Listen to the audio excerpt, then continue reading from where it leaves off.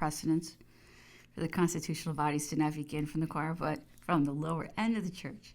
From the steps of the great throne on which the emperor was to pronounce the constitutional oath, the leaders and the senators were seated half to the right and half to the left. The counselors of state on tiers of benches on both sides of the throne. Then, nearer to the choir, legislators, the tribunes, the members of the court of cassation, the grand officers of legion, the commissioners of accounts, the generals of division, the vice admirals, the president, and Procurator General of the Imperial Courts, the presidents, the electoral colleges of the departments, the seat prefects, the presidents, the Procurators General of the criminal courts, the generals of brigade, the presidents, and the general councils of the departments, the underprefects, the mayors of the good towns, the president of the canton assemblies, the presidents of the Protestant church assemblies, the presidents of the chambers of commerce, the inspectors in chief at reviews, the war commissioners, the members of the general council of commerce, the members of the general council of the Senate, the presidents of the classes at the institute, the president of the Agricultural Society, the members of the colonial deputations. It was a classified, ordered, uniformed, and official France in which every administrative, judicial, and military body had its rank, place, and uniform, and could be distinguished at a glance without the slightest hesitation. A France such as Napoleon had created, new, like himself, so deeply stamped with his imprint, and so completely the work of his hierarchically organizing and orderly genius that she should have proceeded from no other. She was his creation and had been created in 4 years. In the stands on a level with and to the right of the throne were the ladies and officers of the princes, to the left of the diplomatic corps. Then the families, the great dignitaries, ministers, grand officers, and officers of the household, or members of the state bodies, and the officials of the institute, of the staff, then the prefectures of Paris, and the public departments. In the stands erected on the level of the floor were the officers of the guard. In the 2 rows of galleries above the nave and around the choir were the deputations from the forces and the National Guards on benches. This gave an effect of endless tiers of human beings, ranged one above another. The space from the pavement to the vaulting was filled with nodding heads and straining eyes. At 9 o'clock came the last departure. The diplomatic corps, which had assembled at the house of its eldest member, departed thence under the escort of 100 cavalry. The lesser powers were better represented than the great, but there were significant, and then among them was a Turk.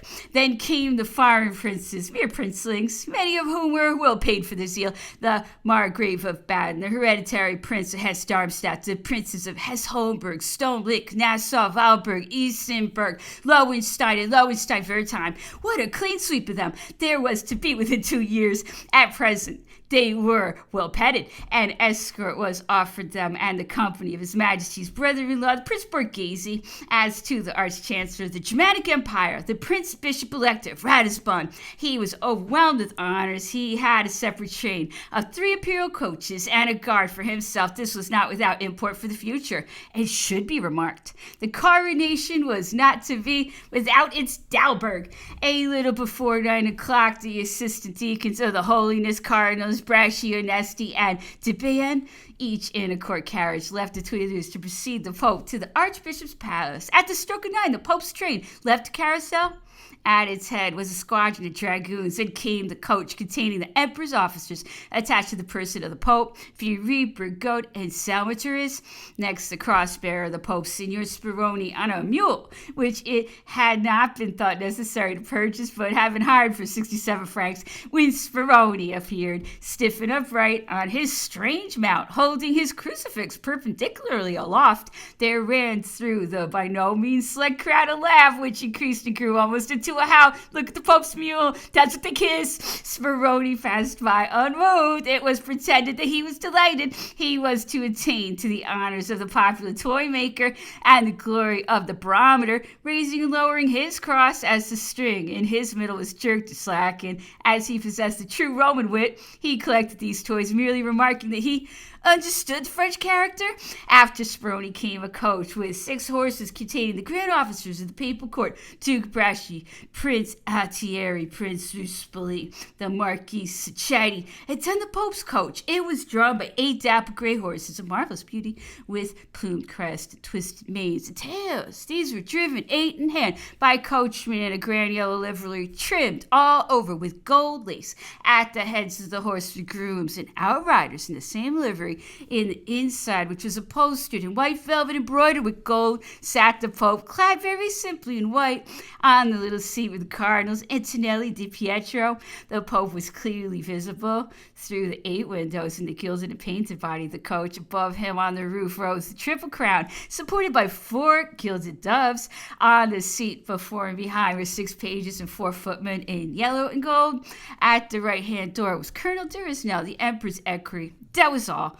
After this came 6 carriages for the major domo, the chamberlain, the vice-regent of Rome, the almoner, the secretary, 4 paper briefs, the sacristan, the private chamberlains, the almoners, and train bearers of the cardinals, the private almoners, and their private attendants. Lastly, a squadron of dragoons. The procession advanced between lines of soldiers, 3 deep in full uniform. The guard had new outfits for the 18th of Brumaire, passed by the Rue Saint-Nicaise into the Rue Saint-Honoré, which it followed as far as the Rue de Roule, where it turned off along the Rue de la Monnaie, the Pont Neuf, the Quai de la Fèvre, the narrow Rue Saint-Denis, the Rue du Marché Neuf, and the Rue de Parvis.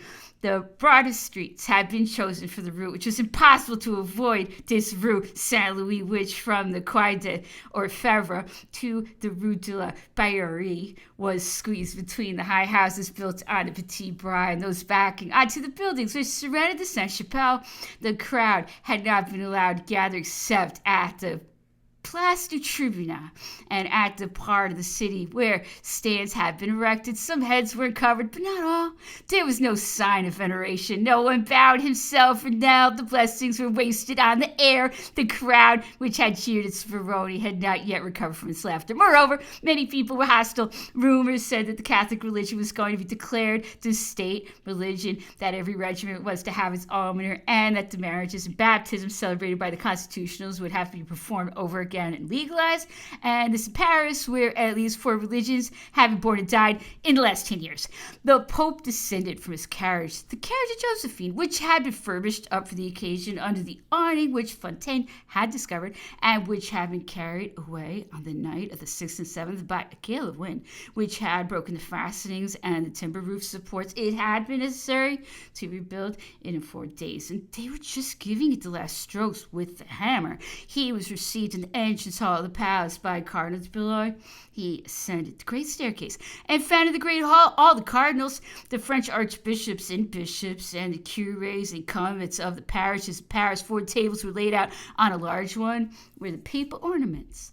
On 2 others, the ornaments of the Latin deacon and underdeacon, and of the Greek deacon and underdeacon. On a 4th, the candlesticks of the acolytes. The Pope put on his adornments, while the Cardinal of Paris re-entered the church, at the door of which he was to receive him.